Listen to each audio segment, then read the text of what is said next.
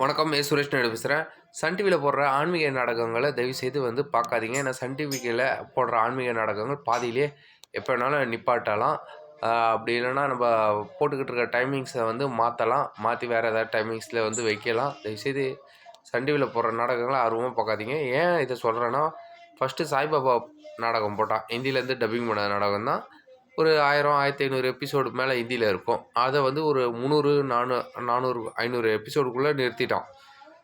இப்போ ஜெய் ஹனுமான் பார்த்திங்கன்னா, அது 6:30 மணிக்கு நல்லா போயிட்டே இருந்தது. அதை நிப்பாட்டிட்டு ஞாயிற்றுக்கிழமை மதியானம் 2 மணிக்கு அப்படின்ற மாதிரி மாற்றிட்டான். இது ஒன்று.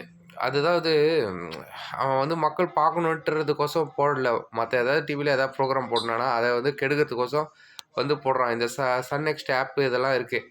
அந்த ஆப்பில் கூட பார்த்திங்கன்னா, இது போல் ஆன்மீக நாடகத்தை கூட போட மாட்டான். அப்படியே விட்ருவான். இதை மட்டும் போட மாட்டான். மற்ற நாடகம்லாம் இன்ட்ரெஸ்ட் காட்டுவான்.